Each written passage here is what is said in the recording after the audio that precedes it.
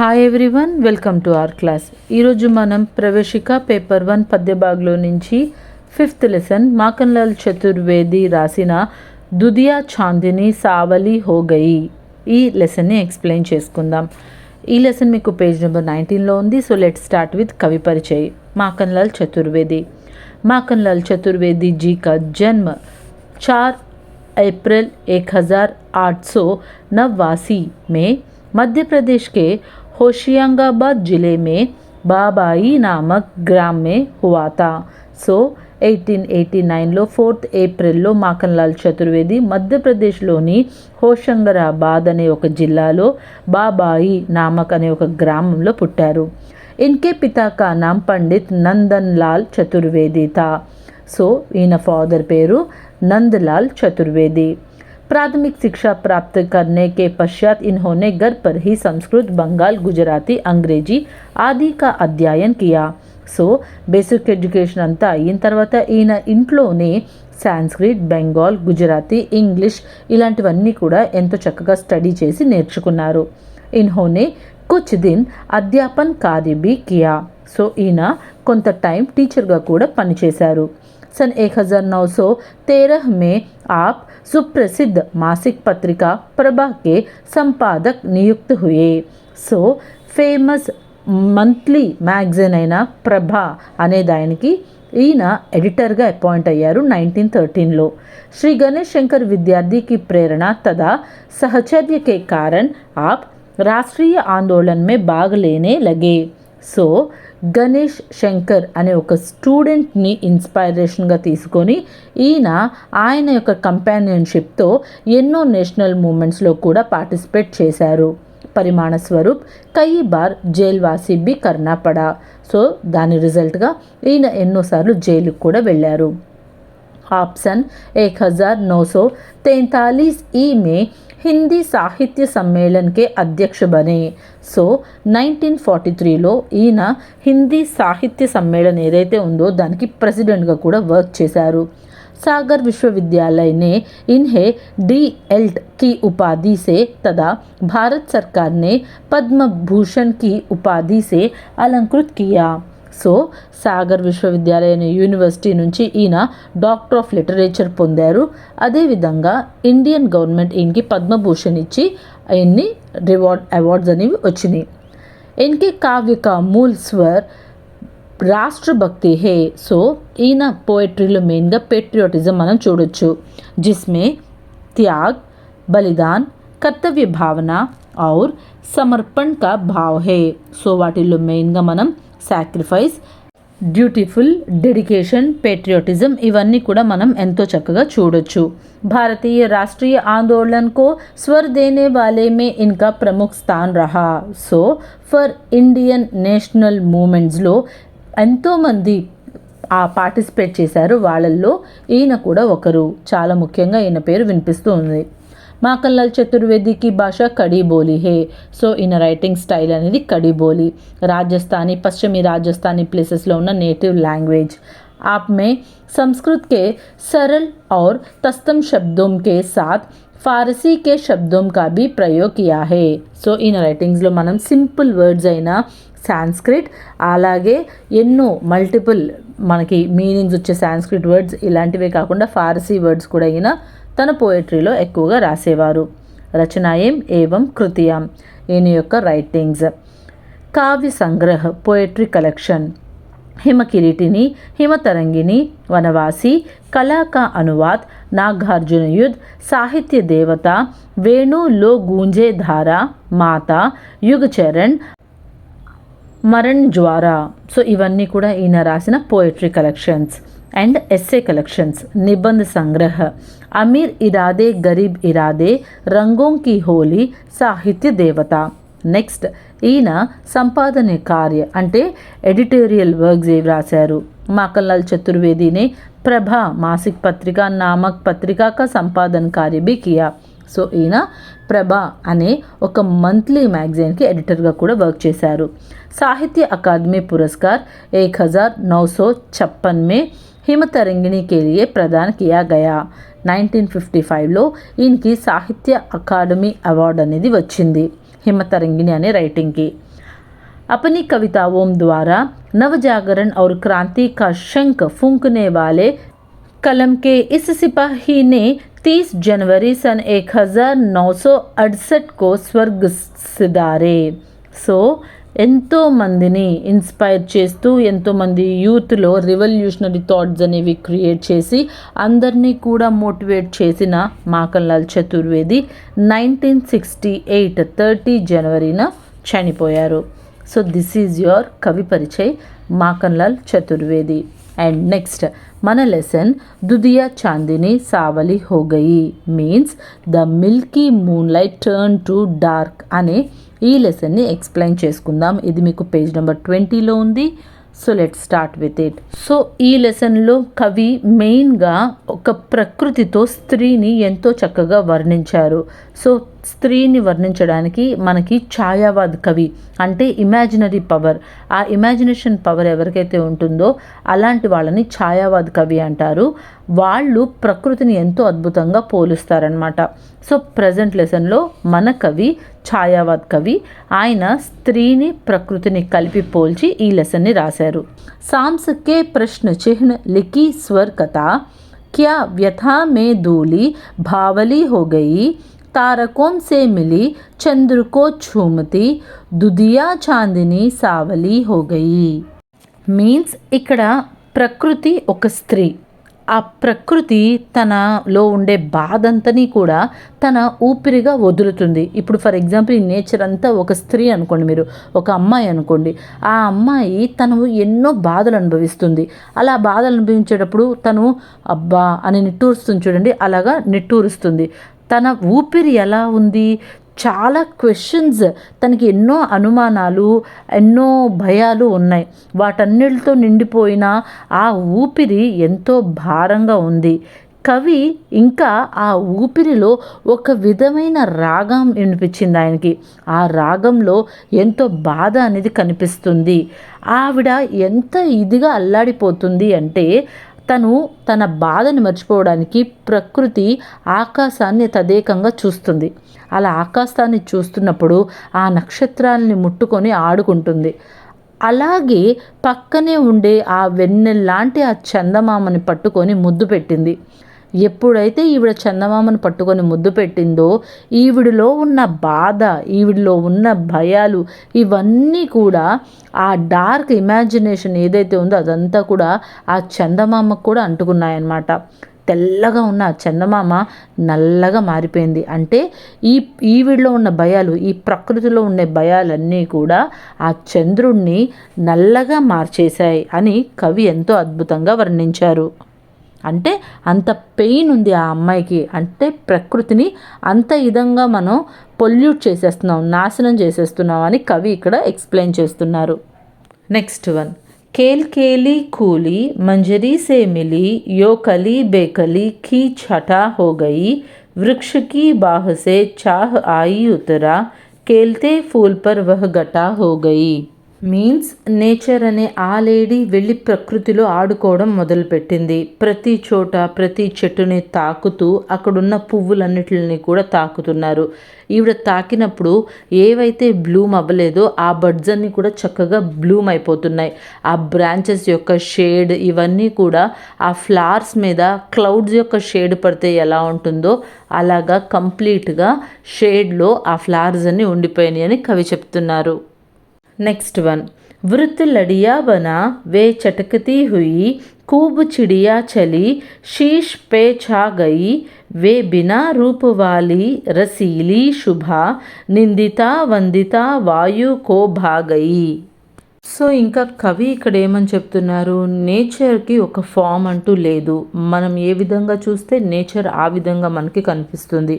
ఇక్కడ nature now it turns into birds, పక్షుల్లాగా మారి ఆకాశంలో విహరిస్తూ ఉంటుంది. ఎప్పుడైనా మీరు బర్డ్స్ని అబ్జర్వ్ చేస్తే ఆ గ్రూప్ ఆఫ్ బర్డ్స్ అన్నీ కూడా కలిసి వెళ్తూ ఉంటాయి మనకి ఆకాశంలో. అలా వెళ్ళేటప్పుడు ఈవిడ కూడా నేచర్ కూడా ఆ బర్డ్స్లో మమేకమైపోయి ఎగురుతూ ఆ ప్రకృతిని ఆస్వాదిస్తూ వెళ్తూ ఉంటుంది. సమ్టైమ్స్ మనకి నేచర్ చాలా ప్లెజెంట్గా అనిపిస్తుంది, sometimes we worship it, and sometimes అది మనకి చల్లటి గాలినిచ్చి మనలో ఎంతో రిలాక్సేషన్ అనేది ఇస్తుంది. So there are different forms of nature. మనం ఏ విధంగా దాన్ని చూస్తే మనకి ఆ విధంగా కనిపిస్తుంది. అలాంటి నేచర్ని ఎంజాయ్ చేస్తూ దాన్ని మనం కాపాడుకోవాలి అని కవి చెప్తున్నారు. నెక్స్ట్ వన్, చూ చహక్ చుప్ చపాయి ఫుదక్ ఫూల్ పర్ क्या कहा वृक्ष ने ये समा क्यों गई, बोलती वृंत पर ये कहा सो गई, चुप रही तो भला ప్యార్ కో పాగయి. సో నెక్స్ట్ ఇక్కడ ఆ ప్రకృతి అనేది దాని ఫామ్ ఒక బీ లాగా మార్చేసింది. బీస్ని మీరు అబ్జర్వ్ చేశారు అంటే ఫ్లవర్స్ ఎక్కడుంటాయో అక్కడ అవి వెళ్ళి ఆ హనీ ఏదైతే ఉంటుందో ఆ ఫ్లవర్స్లో ఉండే హనీని గ్రాప్ చేసుకోవాలని చూస్తూ ఉంటాయి. ఇక్కడ ప్రకృతి అనే స్త్రీ ఒక బీలాగా మారి పువ్వు లోపలికి వెళ్ళి అందులో ఉన్న మధురం అంతా కూడా పీల్చుకుంటుంది. అప్పుడు నేచర్ని కవి ఈ విధంగా అడుగుతున్నారు, నువ్వు ఆ పువ్వు లోపలికి ఏంటి వెళ్ళిపోయి అంత ప్రశాంతంగా ఉండిపోయావు, బయటికి వస్తే నీకు ఇంకా చేయాల్సిన పనులు చాలా ఉన్నాయి, నువ్వు బయటికి రాకపోవడం వల్ల ఈ చెట్టుకి ఈ పువ్వులకి బ్యాడ్ నేమ్ వస్తుంది. సో నువ్వు వచ్చి మిగిలిన నీ పనులు ఏవైతే ఉన్నాయో అవన్నీ కంప్లీట్ చెయ్యి అని కవి చెప్తున్నారు. నెక్స్ట్ వన్, వహ కహా బజ్ ఉఠి శ్యామ की बांसुरी बोल के झूल ने झूल लहरा उठी, वह गगन यह पवन यह जलन यह मिलन नेह की डाल से रागिनी गा उठी. సో ఇక్కడ కవి నేచర్ యొక్క డిఫరెంట్ ఫామ్స్ని చూసి ఆశ్చర్యపోతున్నారు, అదేవిధంగా చాలా హ్యాపీగా ఫీల్ అవుతున్నారు. ఇదే నేచర్ మనకి శ్రీకృష్ణుడి యొక్క బాన్సురి ఫ్లూట్ ఏదైతే ఉంటుందో ఆ వేణువులోకి చేరి మనకి ఎంతో అద్భుతమైన మధురమైన వేణుగానాన్ని ఇస్తుంది. ఇదే నేచర్ మనకి చల్లటి గాలి రూపంలో మారి బ్రాంచెస్ అన్నీ ఊగుతూ ఒక ఉయ్యాలలాగా కనిపిస్తుంది. ఇదే నేచర్ ఆకాశం అంతటిని, అదేవిధంగా గాలిలో, అగ్నిలో, పంచభూతాలలో ఇలా ప్రతి ఒక్క దాంట్లో కూడా ఒక అందమైన ఆస్వాదన మనకి అందిస్తూ ఉంటుంది. మనకి ఎన్నో ఫామ్స్లో ప్రేమను చూపిస్తూ ఉంటుంది. అలాంటి నేచర్ని మనం ఎంతో అద్భుతంగా ఫ్రెండ్లీగా ప్రొటెక్ట్ చేసుకోవాలి. అలాంటి నేచర్ ఒక అందమైన రాగిని, ఒక గాయనిలా మారి ఎంతో అద్భుతమైన మ్యూజిక్ని కూడా మనకి అందిస్తుంది. సో ఇక్కడ కవి నేచర్ని ఎన్ని డిఫరెంట్ ఫామ్స్గా ఎక్స్ప్రెస్ చేయొచ్చో ఎక్స్ప్రెస్ చేస్తూ దాని యొక్క అందాలని కూడా మనకి వర్ణిస్తున్నారు.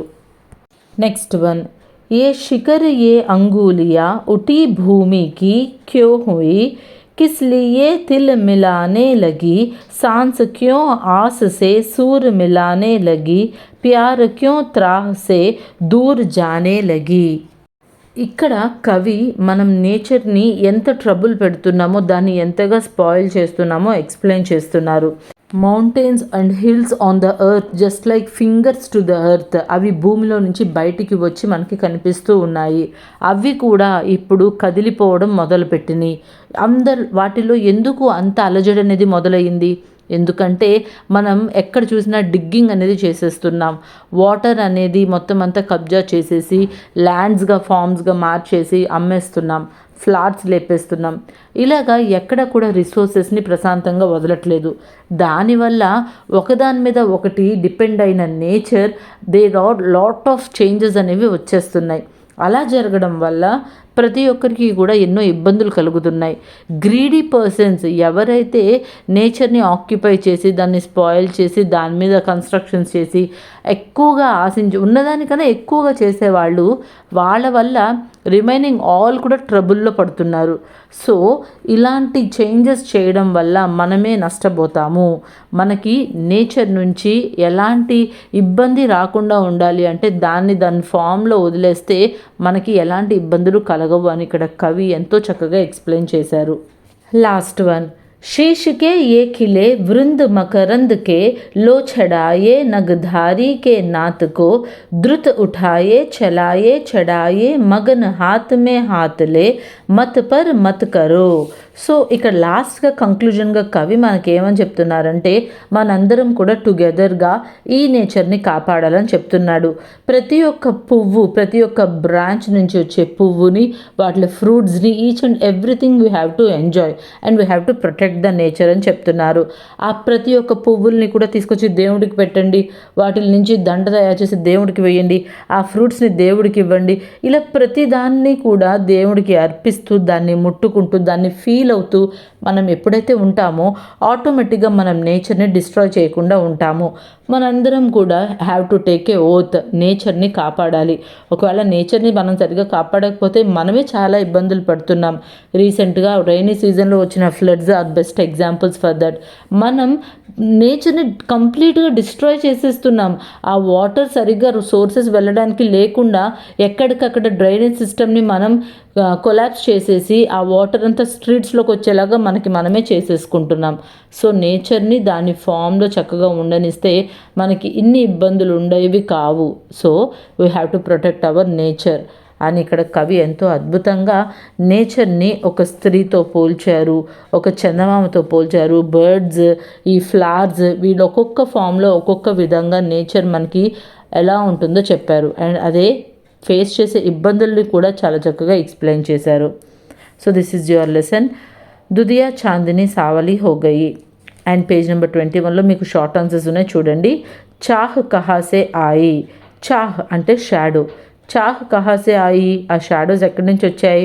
పేడ్కి శాఖాओं से చాహ్ ఛాయా ఆయి. So branches of the trees ఏవైతే ఉన్నాయో అవి షాడోస్గా మనకి ఆ ఫ్లవర్స్ మీద పడ్డం గమనించవచ్చు. సెకండ్ వన్, కవివర్ మాఖన్లాల్ చతుర్వేది చిడియా కా వర్ణన్ కేసే కర్తే హే. సో కవి బర్డ్స్ని ఎలాగా వర్ణించారు, ఎలాగా ఎక్స్ప్రెస్ చేశారు? కవి कहते हैं पक्षियों रस्सी से बने वृत्त जैसे लड़ियाँ बनकर చటకితి హుయి ఉడితి జాతి హే. సో బర్డ్స్ అన్నీ కూడా ఒక దారంతో టై చేస్తే మనకి సర్కిల్ ఫామ్ అనేది ఎలా వస్తుంది, అలాగా ఎంతో చక్కగా అద్భుతంగా ఒక ఆర్డర్లో ఎగురుకుంటూ వెళ్తున్నాయని చెప్పారు. నెక్స్ట్ వన్, సాస్ క్యూ ఆశా సే సూర్ మిలానే లగి. సో ఇక్కడ సాస్ అంటే బ్రీత్, ఆశా అంటే మీన్స్ హోప్, సూర్ అంటే కంబైనింగ్. ఇక్కడ ప్రకృతి అనే ఒక సాన్స్ తన యొక్క బాధని హోప్ఫుల్గా తను ఎందుకు మార్చాలనుకుంటుంది? మనుష్యకే లాలచ్నే వాతావరణకు ప్రదూషిత్ కర్ దియా. మనుషుల యొక్క గ్రీడీ వల్ల ఈ ఎన్విరాన్మెంట్ అంతా కూడా పొల్యూట్ అయిపోయింది. ఇస్లియే సాస్ స్వచ్ఛ హవాకి తలాష్కి ఆశాసే సూర్ మిలానే లగి. సో మన బ్రీత్ అనేది ఎప్పుడూ కూడా పొల్యూట్ అయిన ఎయిర్ని కాకుండా స్వచ్ఛమైన ఎయిర్ని పీల్చాలనుకుంటుంది. సో ఆ స్వచ్ఛమైన గాలి ఎక్కడ ఉందా అని చెప్పేసి మనలో మనం ఎంత ఆరాటపడతామో దాన్ని ప్రకృతితో ఎంతో అద్భుతంగా కంబైన్ చేసి కంపేర్ చేసి చెప్పారు ఇక్కడ కవి. మీన్స్ మనం తీసుకునే ఊపిరి ఏదైతే ఉందో అది కూడా స్వచ్ఛమైన గాలి కోసం వెతుకులాడుతుంది. మనలో తీసుకునే ఊపిరే అలా వెతుకుతున్నప్పుడు మన చేతిలో ఉన్న ప్రకృతిని మనం ఎంత విధంగా కాపాడుకోవాలి? नेक्स्ट वन, कवि माखनलाल चतुर्वेदी पुष्पों को कहाँ चढ़ाने के लिए कहते हैं. సో మాఖన్లాల్ చతుర్వేది ఫ్లవర్స్ని ఎక్కడ పెట్టాలని చెప్తున్నారు? కవి మాఖన్లాల్ చతుర్వేది పుష్పోं को నగాధీశా కే నాథ్ ప్రకృతి పర్ చడానే కే లియే కహతే హే. సో ఈ ఫ్లవర్స్ అన్నీ కూడా తీసుకెళ్ళి ఎన్విరాన్మెంట్ మొత్తానికి కూడా గాడ్ అయిన ఈ నేచర్లోనే చక్కగా అర్పించమని ఇవ్వమని చెప్తున్నారు. So these are the short answers. తర్వాత మీకు మాఖన్లాల్ చతుర్వేది ఒక పారాగ్రాఫ్ కవి పరిచయం ఉంది, ఇది మనం ఎక్స్ప్లెయిన్ చేసుకుందాం. కవి పరిచय दीजिए. माखनलाल चतुर्वेदी भारत के ख्याति प्रति कवि, लेखक और पत्रिकाकार थे. సో మాఖన్లాల్ చతుర్వేది మన ఇండియా ఎంతో గర్వించదగ్గ poet, writer and editor also. आपकी रचनाएं अत्यंत लोकप्रिय है. So his writings are very famous. आपकी कविताएं सरल भाषा और ओजपूर्ण भावों से भरपूर है. సో ఈయన యొక్క రైటింగ్స్ ఎలా ఉంటాయి? చాలా సింపుల్గా ఉంటాయి అండ్ ప్రతి ఒక్కరిని కూడా ఇన్స్పైర్ చేసేలాగా ఉంటాయి. उनकी कविताओं में देश प्रेमा के साथ साथ प्रकृति प्रेमा का भी चित्रण हुआ है. సో ఈయన రైటింగ్స్లో not only patriotism but nature మీద చూపించాల్సిన ప్రేమ గురించి కూడా ఎంతో అద్భుతంగా వర్ణించారు. इसलिए वे सच्चे अर्थों में युग चरण माने जाते हैं.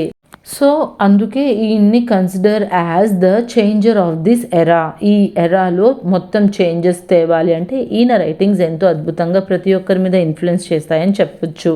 देशभक्ति, प्रकृति वर्णन आदि साहित्य मानव के विभिन्न पक्षों को इनकी कविताओं में हम देख सकते हैं.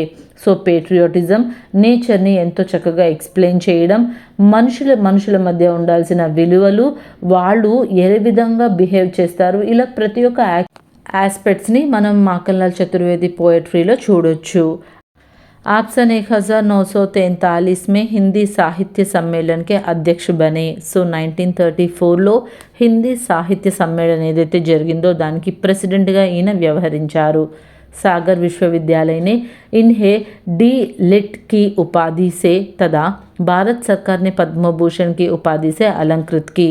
సో సాగర్ యూనివర్సిటీ నుంచి ఈయనకి డాక్టర్ ఆఫ్ లిటరేచర్, అదేవిధంగా ఇండియన్ గవర్నమెంట్ నుంచి పద్మభూషణ్ అనే అవార్డ్స్ వచ్చాయి. काव्य संग्रह, in important writings, Him Kiritini, Him Tarangini, निबंध संग्रह, अमीर इरादे, गरीब इरादे, रंगों की होली. आपने प्रभा नामक पत्रिका का संपादन कार्य भी किया है. సో ఈయన ప్రభ అనే ఒక మంత్లీ మ్యాగజైన్కి ఎడిటర్గా కూడా వర్క్ చేశారు. సో మీకు సంప్రసంగ్ వ్యాఖ్య రాయమన్నా, కవి పరిచయ రాయమన్నా, ఎస్సేకి కవి పరిచయ రాయమన్నప్పుడు ఈ పారాగ్రాఫ్ ఏదైతే ఉందో ఇది రాసేసేయండి సరిపోతుంది. సో కవిత కా సారాంశ్, ప్రతి ఒక్క పారాగ్రాఫ్ని ఎక్స్ప్లెయిన్ చేసుకుందాం రండి. प्रस्तुत कविता में कवि प्रकृति को एक स्त्री के रूप में चित्रित करते हैं. సో ప్రజెంట్ లెసన్లో నేచర్ని ఒక అమ్మాయితో పోలుస్తూ ఎంతో అద్భుతంగా చెప్పారు కవి. प्रकृति के सभी కార్యకలాపాओं का सुंदर वर्णन करते हैं. ఈ నేచర్లో డిఫరెంట్ చేంజెస్ ఎలా జరుగుతున్నాయో ప్రతి ఒక్కటి కూడా ఎంతో అద్భుతంగా వర్ణించారు. कविता में कवि ने मानवीकरण एवं छायावादी चिंतन का भी सुंदर ప్రస్తుతీకరణ కియా హే. సో ఈ పోయిట్రీ ద్వారా కవి ఒక ఇమాజినేషనరీ థింకింగే కాకుండా హ్యూమన్స్లో వచ్చే చేంజెస్ని, వాళ్ళ యొక్క ఆస్పెక్ట్స్ని కూడా ఎంతో చక్కగా ఎక్స్ప్లెయిన్ చేశారు. సాత్ సాత్ ఇస్ కవిత మే కవికి ప్రగతివాది చేతన కా భీ ఆభాస్ మిల్తీ హే. అండ్ ఈయన మనకి ఏ విధంగా మోటివేటివ్గా చేంజెస్ అనేవి తీసుకురావాలి అని ఎంతో అద్భుతంగా చెప్పారు. प्रकृति रूपी नारी जब सांस लेती है उस सांस में अनेक प्रश्नों का आभास मिलती है.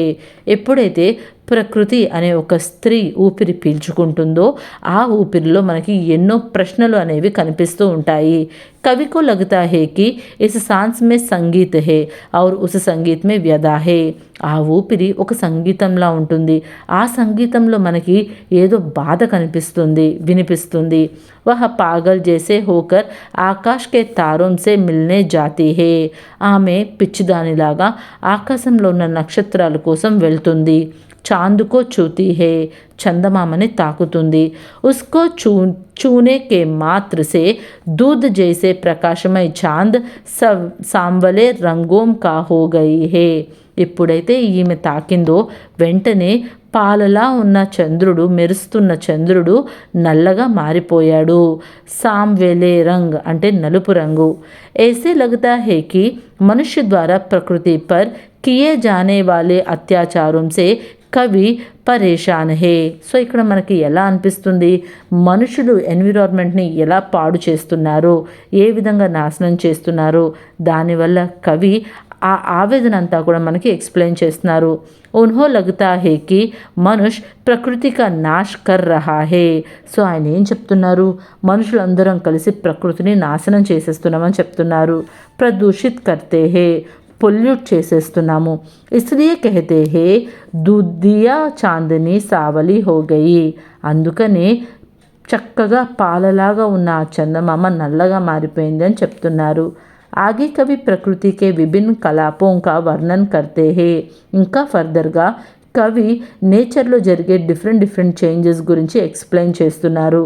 और कहते हैं कि प्रकृति रूपी नारी के खेल से विभिन्न कार्यों संभवित होती है.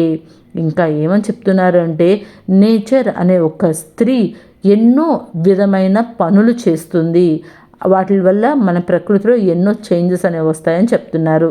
जब वह खेलते खेलते फूलों की मंजरियों से मिली तो कलियों खिल गई ఆవిడ ఆడుకుంటూ ఆడుకుంటూ చెట్టు కొమ్మల మీద ఉన్న మొగ్గల్ని పట్టుకోగానే అవి ఎంతో చక్కగా విచ్చుకుంటున్నాయి. వృక్ష की शाखाओं को कवि వృక్ష की बाह कहते हैं. చెట్టుకు ఉండే కొమ్మల్ని చెట్టు యొక్క చేతులుగా కవి చెప్తున్నారు. ఉన్ శాఖాओं की ఛాయ నీచే ఆయి. ఆ చెట్టు కొమ్మల యొక్క నీడ కిందకొచ్చింది. और फूलों के ऊपर मेघ जैसे छा गई. అది కిందకి వచ్చి ఆ నీడ ఎలా ఉంది, మేఘాల యొక్క నీడ పువ్వుల మీద పడితే ఎలా ఉంటుందో ఆ చెట్టు కొమ్మల యొక్క నీడ కూడా అలాగే పడింది అని కవి చెప్తున్నారు. ఆగే ఆగే కవి को पक्षियों के उड़ान में प्रकृति का सौंदर्य का आभास होती है. సో నెక్స్ట్ పోయెట్ ఎగురుతున్న పక్షులను చూసి ఆ బ్యూటీ ఆఫ్ ద నేచర్ని ఎంజాయ్ చేస్తున్నారు. चिड़ियों का झुंड जब आकाश में वृत्ताकार में एक दूसरे से होड़ करते हुए जाते हैं और ప్రకృతి నారీ के शीश पर छा जाते हैं. ఆకాశంలో ఎగురుతున్న పక్షులు ఒకదాని వెనకాల ఒకటి సర్క్యులర్ ఫామ్లో ఎగురుతూ వెళ్తుంటే ప్రకృతి రూపం ధరించిన స్త్రీ ఎంతో అద్భుతంగా దాన్ని ఆస్వాదిస్తూ విహరిస్తూ ఉంటుంది. తబ్ కవి కో లగ్తా హై కి ప్రకృతి నారీ అపనే ఆప్ కో భూల్కర్ పక్షియో మే గుల్ మిల్ గయి. అప్పుడు కవికి ఏమనిపించింది, ప్రకృతి తనను తాను మర్చిపోయి ఆ పక్షిలాగా ఎగురుతుందేమో అనిపించింది. యహ కవి कहते हैं कि प्रकृति नारी के लिए अपना एक रूप नहीं, जहाँ भी जाती है वहाँ का रूप धारण कर लेती है. సో ఇక్కడ కవి ఏమని చెప్తున్నారు, ప్రకృతికి పర్టికులర్గా ఒక ఫామ్ అంటూ ఉండదు. అది ఎక్కడికి వెళ్తుందో ఆ ఫామ్స్లో తనని తాను మలుచుకుంటుంది. కహీ మధుర రస్ కే రూప్ మే రహతీ హే తో కహీ సుందర్ నిందిత వందిత ఔర్ హవా బన్కర్ రహతీ హే. అప్పుడప్పుడు అది ఒక మధురమైన గానంలాగా వినిపిస్తుంది, అదేవిధంగా మనం పూజించే దేవతలాగా కనిపిస్తుంది, అదేవిధంగా చల్లగా మనకి రిలాక్సేషన్ ఇచ్చే గాలిలా కూడా మారిపోతుంది. అంటే మనకి ఎంజాయ్మెంట్ ఇస్తుంది, డివోషనల్గా మనల్ని మోటివేట్ చేస్తుంది, అండ్ రిలాక్సేషన్ కూడా మనకి ప్రకృతిలో నుంచే వస్తుంది. अर्थात कभी मस्त करती है, कभी पूजनीय बनकर रहती है, कभी हवा की तरह सांत्वना देने वाले बनकर रहती है. नेक्स्ट वन, प्रकृति नारी अचानक फूल पर चहचहाहट करने वाली छोटी सी पक्षी बनकर फूलों पर दिखाई पड़ती है. ఇంకా కవి ఏమని చెప్తున్నారు, మన ప్రకృతి అనే స్త్రీ ఒక విధంగా పువ్వులో దూరే బీజ్ లాగా తుమ్మెదలాగా మారిపోయి ఆ తుమ్మెద ఆ పువ్వు చుట్టూతా తిరుగుతూ ఆడుకుంటున్నట్టు కనిపిస్తుంది. फूलों के अंदर तक जाकर उसका स्वाद लेने समय लगता है कि वह उस फूल की सहचारी बनकर उसमें लीन हो गई. ఆ పువ్వు లోపలికి వెళ్ళి ఆ తుమ్మెద ఆ మధురం అంతా తీసుకునేటప్పుడు దాని ఫ్రెండ్ లాగా ఆ లోపల వెళ్ళి దాక్కుంది అని కవి చెప్తున్నారు. కవి ఉసిసే పూछते हैं कि వృక్ష ने तुमसे क्या कहा. సో కవి ఇక్కడ ఏమని అడుగుతున్నారు, ఆ చెట్లు కొమ్మలు నీకేం చెప్పాయి, తుమ్ క్యా ఉస్మే లీన్ హోకర్ సో గయి, ఎందుకు దానిలో ప్రశాంతంగా నువ్వు లోపలికి వెళ్ళిపోయేలా నిద్రపోయావు. ఉన్కో అబాస్ హోతీ హే, అది చాలా ఇన్సల్ట్ ఫీల్ అవుతుంది అండ్ లో ఫీల్ అవుతుంది, ఇన్సల్ట్ కాదు లో ఫీల్ అవుతుంది. కి ప్రకృతి నారీకో కహి ప్యార్ మిల్ గయి, అర్రే ప్రకృతి అనే ఈ స్త్రీకి ప్రేమ దొరికిందా ఏంటి, అది ఆ పువ్వు లోపలే చక్కగా ప్రశాంతంగా ఉందని ఉండిపోయిద్దా ఏంటి. ఇస్లియే అన్య కార్ బూల్కర్ వహీ రహ గయి, మిగతా పనులన్నీ వదిలేసి అక్కడే ఉండిపోతుందా ఏంటి అనే ఆలోచనలో పడిపోయింది అని చెప్పేసి కవి ఎంతో అద్భుతంగా చెప్తున్నారు. అంటే ప్రకృతికి ఎక్కడ బాగుంటుందో అది అక్కడ చాలా రిలాక్స్డ్గా ఉంటుంది. మనమైనా అంతే కదా, ఎక్కడ బాగుంటుందో అక్కడ రిలాక్స్డ్గా ఉంటాం. మనం ప్రకృతిని కూడా అలాగే రిలాక్స్డ్గా ఉంచాలి అని కవి చెప్తున్నారు. నెక్స్ట్ వన్, కవి ప్రకృతికే విభిన్న లీలాओं देखकर ఆనందిత్ హోతీ హే. ఇంకా కవి ప్రకృతిలో జరుగుతున్న డిఫరెంట్ వేరియేషన్ ఫామ్స్ని చూసి చాలా హ్యాపీగా ఫీల్ అవుతున్నారు. ఉన్హే ప్రకృతి మే కృష్ణకి బాన్సూరి సునాయి పడితీ హే. ఇదే ప్రకృతిలో ఆయనకి శ్రీకృష్ణుడి యొక్క వీణాగానం వినిపిస్తుంది. ప్రకృతికే హర్ ఏక్ చలన్ జులన్ జైసే ప్రతీత్ హోతీ హే. ఈ ప్రకృతి ప్రతి చెట్టుని ప్రతి కొమ్మని ఉయ్యాలలాగా ఊపుతుంది. ఉన్హో आकाश में पवन में आग में पंचभूत में इनके मिलन में प्रकृति के बोल का आभास मिलती है. ఆకాశంలో గాలిలో అద్భుతమైన ఈ నిప్పులో పంచభూతాలలో ప్రతి ఒక్క చోట కూడా మనకి ప్రకృతి యొక్క ఆనందాన్ని మనం అనుభవించవచ్చు. जहाँ स्नेह है वहाँ उन्हें लगता है कि ప్రకృతి రాగిణి బన్కర్ గా రహీ హే. సో ఎక్కడైతే నేచర్ లవర్స్ ఉంటారో వాళ్ళందరూ కూడా ఈ నేచర్లో మ్యూజిక్ అనేది వింటారు. ఆవిడ ఎంతో అద్భుతంగా పాటలు కూడా పాడుతుంది అని కవి చెప్తున్నారు. कवि पूछते हैं शिखर जो भूमि की उंगलियां जैसी है उनको क्या हुआ, वे क्यों हिलने और तिल मिलाने लगे. ఈ కొండలు హిల్స్ మౌంటైన్స్ ఇవన్నీ ఏవైతే ఉన్నాయో ఇవన్నీ కూడా భూమికి వేళలాగా పైకి ఉంటాయి. అవన్నీ కూడా కదిలిపోతున్నాయి. అసలు ఎందుకు కదులుతున్నాయి? ఇస్కి సాస్ మే క్యూ ప్రతీక్ష యా ఇచ్చా కా ఆభాస్ లగ్తా హే. సో వాటికి ఆ ఆరాటం ఆ టెన్షన్ ఎందుకు వస్తుంది? నేచర్కి అంత టెన్షన్ ఎందుకు వస్తుంది? పరేషానీ మే రహనే వాలే లోగోं की प्यास क्यों दूर चली गई. సో ప్రతి ఒక్క మనిషికి కూడా ఎక్కువగా గ్రీడీనెస్ అనేది వచ్చేసింది. వాళ్ళందరూ కూడా ప్రకృతిలో నుంచి అన్ని విధాలుగా దాన్ని నాశనం చేసి వాళ్ళు గెయిన్ అవ్వాలని కోరుకుంటున్నారు. అర్థాత్ కవి కో లగ్తా హే కి मानव के लालच के कारण ప్రకృతి की వ్యవస్థాओं में బాధ हो रही है. సో మనుషులు బిహేవ్ చేసే దానివల్ల ప్రకృతి ఎంతో బాధపడుతుంది. मनुष्य की सांस में अनेक वस्तुओं पाने की लालच हो गई है. మనిషి యొక్క ఊపిరి కూడా అది కావాలి ఇది కావాలి అని గ్రీడీతో నిండిపోయింది. अतः उनके सांस में सदा लालच का सुर आने लगे हैं. ఎప్పుడు కూడా నాకు అది కావాలి ఇది కావాలి అనే ఆలోచనే తప్ప ప్రకృతిని ప్రశాంతంగా ఉంచుదామనే ఆలోచన ఎవరికీ ఉండట్లేదు. इस कारण से जो लोग त्रास्त है उन्हें आगे जाकर कुछ कर दिखाना या प्राप्त करने की इच्छा या प्यास नहीं है. సో గ్రీడీ పర్సన్స్ ఎవరైతే ఉన్నారో వాళ్ళ వల్ల మిగిలిన వాళ్ళందరూ కూడా చాలా ట్రబుల్ ఫేస్ చేస్తున్నారు. ఇప్పటికి మనకి ఏదో ఓకే ఈ టైంలో ఈ పని అయిపోతుంది అనుకుంటున్నాం తప్ప ఫ్యూచర్లో మనం ఎన్ని ఇబ్బందులు పడాలో ఎవరూ ఆలోచించట్లేదు. यह कवि लालच में पड़कर प्रकृति के प्रति अन्याय करने वाले लोगों का चित्रण एक तरफ करते हैं तो दूसरी तरफ त्राप्त लोग निराशा होकर पीछे रह जाने का चित्रण करते हैं. సో ఒక సైడ్ గ్రీడీ పీపుల్ అందరూ ఉంటే ఇంకొక సైడ్ ప్రకృతి ఇలా అయిపోతుంది అని బాధపడే వాళ్ళందరినీ కూడా పెట్టి కవి కంపేర్ చేస్తూ మనమే ఎన్ని ఇబ్బందులు ఎదుర్కోవాలో అని ఎంతో చక్కగా చెప్తున్నారు. अंत में कवि सबको प्रोत्साहित करते हैं. సో అట్ లాస్ట్ కవి కంక్లూజన్గా ప్రతి ఒక్కరిని ఇన్స్పైర్ చేస్తూ ఏం చెప్తున్నారు? कहते हैं खिले हुए फूलों से भरे शाखाओं से అమృత్లో చక్కగా వికసించిన పువ్వుల నుంచి మీరు తేనె తీసుకోండి. और उनको नगाधीश प्रकृति के ईश्वर पर चढ़ावो. చక్కగా మాల కట్టి ప్రకృతి స్వరూపమైన దైవానికి వెయ్యండి. జల్దీ ఉన్కో చూనులో ఆనంద్ కరో సమర్పిత్ కరో. ప్రకృతిని ఆస్వాదించండి, తాకండి, ఫీల్ అవ్వండి. సబ్ లోగ్ హాత్ సే హాత్ మిల్కర్ మాథే పర్ మాథే మిల్కర్ చలో. ఒకరికొకరు చెయ్య పట్టుకుంటూ ప్రామిస్ చేస్తూ ప్రకృతిని కాపాడదామని ముందుకు పదండి. ప్రకృతికి రక్ష కరో, నేచర్ని కాపాడండి అని ఎంతో అద్భుతంగా కవి మనకి ఇక్కడ ఎక్స్ప్లెయిన్ చేశారు. సో ఒక స్త్రీని మనం ఇబ్బంది పెడితే ఆవిడ ఎంతగా అల్లాడిపోతుందో అదేవిధంగా ప్రకృతిని కూడా మనం ఇబ్బంది పెడితే మనమే అల్లాడిపోవాలి. ఒక అమ్మాయి అయినా సరే నేచర్ అయినా సరే sensitive in the world. So ఇలాంటి వాటిల్ని మనం ఎంతో అద్భుతంగా కాపాడుకోవాలి అని కవి చెప్తున్నారు. ఈ లెసన్లో మీకు 3 సందర్భ వాక్యాలు ఉన్నాయి. ఫస్ట్ వన్ సాంస్కే ప్రశ్న చిహ్న లిఖీ స్వర్ కథ. First one.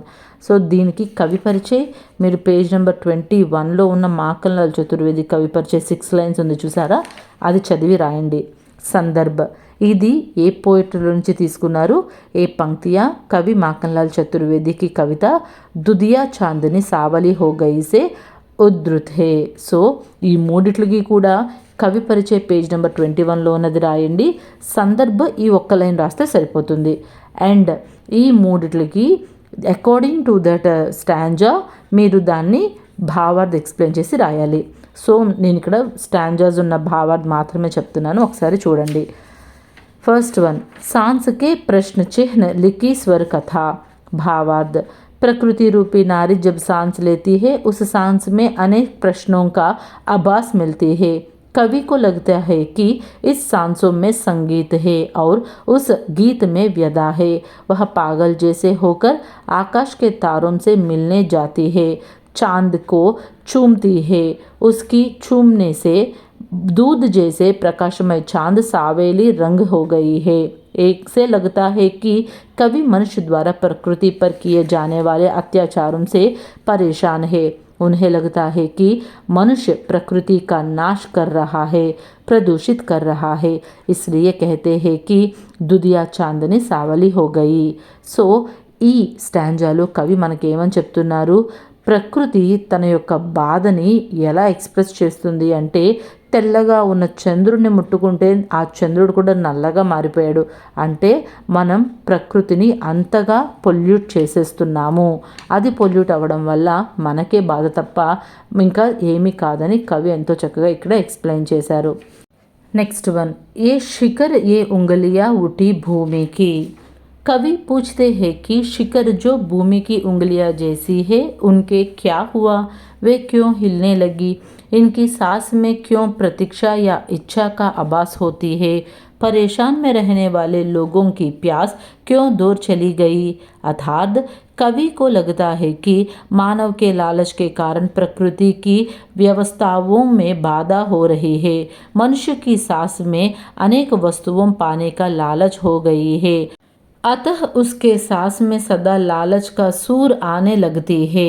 इस कारण से जो लोग त्रास्त है उन्हें आगे जाकर कुछ कर दिखाने या प्राप्त करने की इच्छा या प्यास नहीं है. यह कवि लालच में पड़कर प्रकृति के प्रति अन्याय करने वाले लोगों का चित्रण एक तरफ करते हैं तो दूसरी तरफ त्रास्त लोग निराशा होकर पीछे रह जाने का చిత్రణ కర్తే హే. సో ఈ స్టాంజాలో కవి ఏమని చెప్తున్నారంటే, ప్రకృతికి వేళ్ల లాంటివి ఈ కొండలు, ఈ పెద్ద పెద్ద మౌంటైన్స్ ఇవన్నీ కూడా ఎన్నో చేంజెస్ అనేవి జరుగుతూ ఉన్నాయి. దేనికి జరుగుతున్నాయి? మనుషులు చేస్తున్న తప్పుల వల్లే. వాళ్ళు ఈ డిగ్గింగ్ ప్రాసెస్ ఇవన్నీ చేయడం వల్ల roots and course of the mountains ఇవన్నీ కూడా కదిలిపోతున్నాయి. మనుషుల్లో గ్రీడీ పెరిగిపోతే మనుషులే బాధపడాలి తప్ప ప్రకృతికి ఎలాంటి బాధ ఉండదు. అది మొత్తాన్ని ముంచేసి ప్రశాంతంగా ఉండుద్ది. సో మన గురించి మనమే ఆలోచించుకోవాలి. ప్రకృతి నాశనం చేసే వాళ్ళందరూ ఒకవైపు, ప్రకృతిని కాపాడాలనుకునే వాళ్ళందరూ ఒకవైపు ఎంత అల్లాడిపోతున్నారో ఆలోచించండి. మన నేచర్ని మనమే కాపాడుకోవాలి, నాశనం చేయకూడదు అని కవి చెప్తున్నారు. అండ్ లాస్ట్ వన్ शीर्षके ये किले वृंद मकरंद के. भावार्थ कवि इस कविता में प्रकृति के वर्णन के साथ साथ प्रकृति पर किए जाने वाले अत्याचारों का भी संकेत करते हैं. आखिर कवि सबको प्रोत्साहित करते हैं, कहते हैं खिले हुए फूलों से भरे शाखाओं से अमृत लो और उसकी नगाधीश प्रकृति के ईश्वर पर चढ़ाओ. जल्दी उसको चुन लो, आनंद करो, समर्पित करो. सब लोगों हाथ से हाथ मिलकर माथे पर माथे मिलकर चलो, ప్రకృతికి రక్ష కరో. ఈ ప్రకృతిలోంచి వచ్చే పువ్వుల్ని, మధురంని ప్రతి ఒక్కరిని ఆస్వాదించండి. ఆ పువ్వులన్నింటినీ మాలగా చేసి దేవుడికి వెయ్యండి. ప్రకృతిని రక్షించాలని ఒకరికొకళ్ళు చేతులు పట్టుకొని ఈ ప్రకృతిని కాపాడండి. అంతే తప్ప ఉన్న వాటిని పాడు చేసి లేనిపోని కష్టాలు కొని తెచ్చుకోవద్దు. ప్రకృతిని రక్షించాలి అని కవి ఎంతో చక్కగా మనకి ఎక్స్ప్లెయిన్ చేశారు. So this is your lesson Dudhiya Chandni Sanwali Ho Gayi. I hope you understand. Thanks for watching.